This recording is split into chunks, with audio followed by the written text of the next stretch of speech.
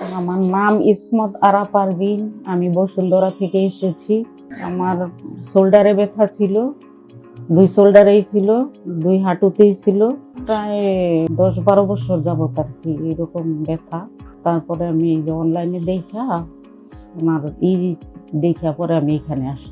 আগে ওইরকম কিছু এরকম এইভাবে থেরাপি নেইনি, কিন্তু ডাক্তার দেখাইছি। ডাক্তার ব্যথার ওষুধ টষুধ দিচ্ছে, ওগুলো খাইছি, কিন্তু ওইরকম কোনো কাজ টাজ করে নাই।